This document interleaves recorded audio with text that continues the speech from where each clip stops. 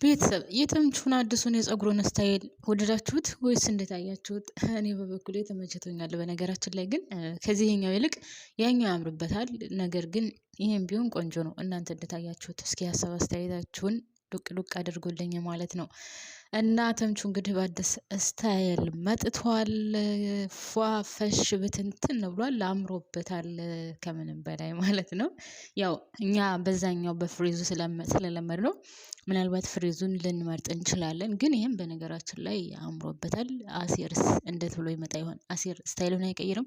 ለነገሩ የአሴር ፀጉር ብዙም እንደ ተምቹ አይደለም። የተምቹ ፀጉር በጣም ቆንጆ ነው እና እንደፈለገ ስታይል ማድረግ ይችላል ማለት ነው። ሌላ ውድ ቤተሰቦቼ በአቶ በቃሉና በወይዘሮ ሜላት መካከል የተፈጠረው ነገር ምን አዲስ ነገር ይከሰት ይሆን? ምን አዲስ ነገር ይዘው ይመጡ ይሆን? ወንድምየውስ አቶ ድማሙ ገሎ ምንም ፍንጭ ሳይናገር እንዴት ሊሄድ ቻለ? በነገራችን ላይ ቤተሰብ አሁን አቶ ድማሙ ያደረገው ነገር እኔ በጣም ስህተት ነው ብዬ ነው የማስበው። ሰው መግደሉ ትልቅ የስህተት እንዳለ ሆኖ ነገር ግን ሰው ገሎ ምንም ነገር ፍንጭ ሳይናገር ወደ ሀገሩ መግባቱ በጣም ከባድ ትልቅ ችግር ነው።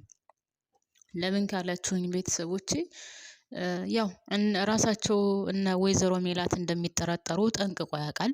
እያወቀ ነው ይሄንን ነገር ያደረገው ይመስለኛል። መቼስ አንድ ሰው ጥላቴ ነው እገለዋለሁ እያለች ስትፎክር የነበረችው ወይዘሮ ሜላት እንደሆነች 100% ጠንቅቆ ያውቃል። እየተከታተሉትና ሊገሉት እንደነበረም ጠንቅቆ ያውቃል። ከሜላት ጋርም በዚህ ነገር አውርተውበታል።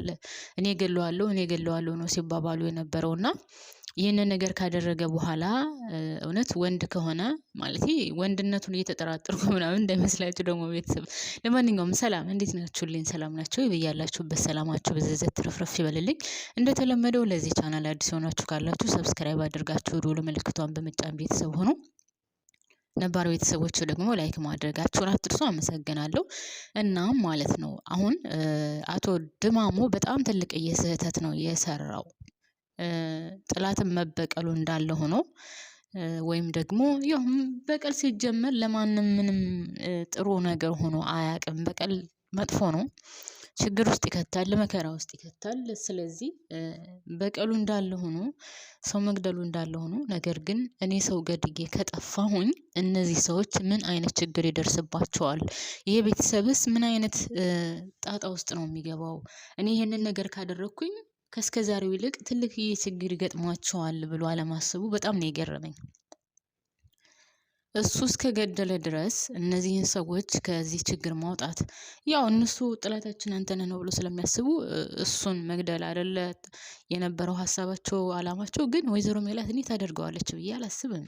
እንደው ዝም ብላ ትፎክራለች ምናምን እንጂ እኔ ትገለዋለች ብዬ አላስብም ነበር። ለማንኛውም ያው ይሄ ነገር ሆኗል። እናም ይህንን ነገር ካደረገው በኋላ ድማሙ እጁን መስጠት ነበረበት። የምትሉ እስኪ እናንተም ሀሳባችሁን አካፍሉኝ። ምክንያቱም ቤተሰቦቹን ማለቴ የወንድሙ ቤተሰብ እንዳይበጠበጥ ችግር ውስጥ እንዳይወድቅ ጥላታቸውን ማጥፋት አለብኝ ብሎ አስቦ አልሞ ከተነሳ ቤተሰብ ሰውየውን ማለቴ አንተነህን ገሎ እጅ መስጠት ነበረበት። አሁን ግን ገሎ ጠፋ። ማን እንደገደለ አይታወቅም።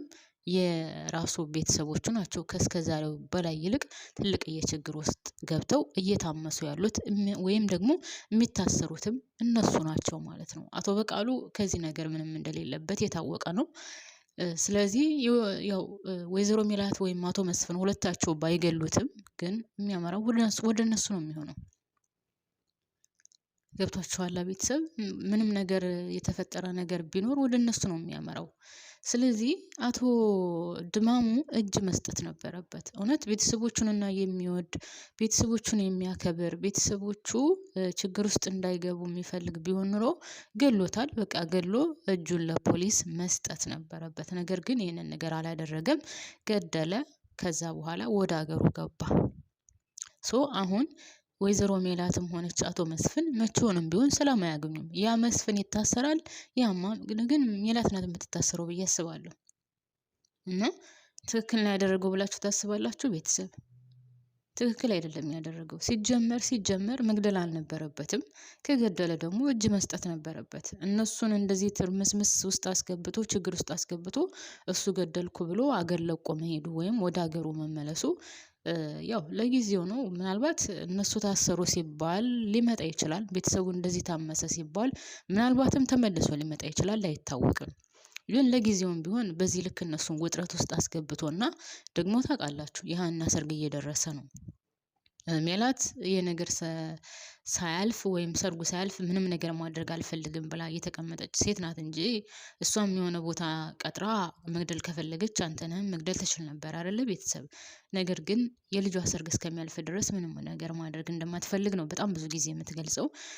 ለቤቴም ራሱ አይታችኋል። ቤቴ እህቴ በሞትና በህይወት መካከል ናት፣ ከአቶ በቃሉ እጅ ነው ያለችው እና እባክሽን አግዥኝ ስትላት እኔ አሁን አግዝሻለሁ አልልሽም፣ ነገር ግን የሀና ሰርግ ይለቅና ከዛ በኋላ የማደርገውን አደርጋለሁ። አሁን ግን በዚህ ሰዓት ምንም ነገር ማድረግ አልፈልግም ነው ያለችው አይደል ቤተሰብ።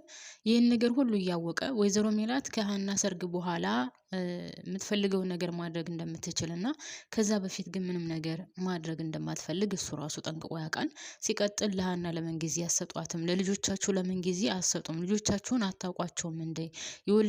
የወለዳችኋቸው እስከማይመስል ድረስ ለልጆቻችሁ ምንም አይነት ቦታ የላችሁም፣ ለልጆቻችሁ ምንም አይነት ጊዜ የላችሁም እያለ እሱ ራሱ አቶ ድማሙ ሲናገራቸው ነበር አይደለ?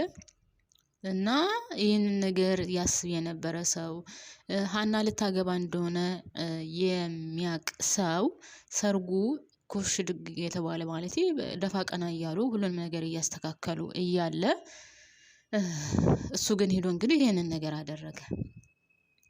አንደኛ ደረጃ መግደል አልነበረበትም። መግደልም ካለበት ሰርጉ ካለፈ በኋላ ነበር መግደል የነበረበት። ነገር ግን ነገሩን አበላሽቶ ዝብርቅርቁን አውጥቶት ወደ ሀገሩ ተመልሷል። አሁን የወይዘሮ ሜላት ቤተሰብ ምንድን ነው የሚፈጠርበት? ታሳሪው ማን ነው? ፖሊሶቹ ከወይዘሮ ሜላት ቤት መጥተዋል። ልክ በር ሲያንኳኩ ነው ድራማው ያለቀው። ወይዘሮ ሜላትን ይጠይቋታል። ያው እሷ ምንም ነገር ስለማታውቅ እውነታውን ትናገራለች። ግን ያም ሆነ ይህ ከወይዘሮ ሜላትና ከአቶ በቃሉ ውጪ ይህን ሰውዬ ማንም እንደማይገለው የታወቀ ነው።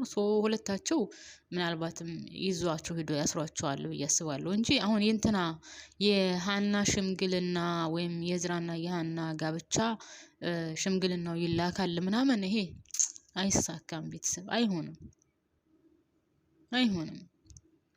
እዛ ላይ ሁሉም ቤተሰብ ለምሳሌ የዝራ አባትም ቢሆን ማናት ልጅቷ፣ ቤተሰቦቿ እነማን ናቸው እባክህን ንገረን እያሉት ነው። እሱ መናገር አልፈልግም። ሀናም ብትሆን ምናሴ ራሱ ጠይቋታል። ምን አለበት ጓደኛሽን ብታስተዋውቂኝ አስተዋውቂኝ ብሏታል። እሷ ግን ለምን ፈለግከው ነው ያለችው። እና ደግሞ ከሱ ጋር እንደሚመሳሰል የወደደችው አስተሳሰቡ፣ ጸጉሩ፣ ምናምን ሁሉ ነገሩ ከምናሴ ጋር እንደሚመሳሰል እንደውም ከሱ ጋር ሳወራ አንተን አስታውሳለሁ ምናምን ነው እያለች ምናሴን ያሳመነችው።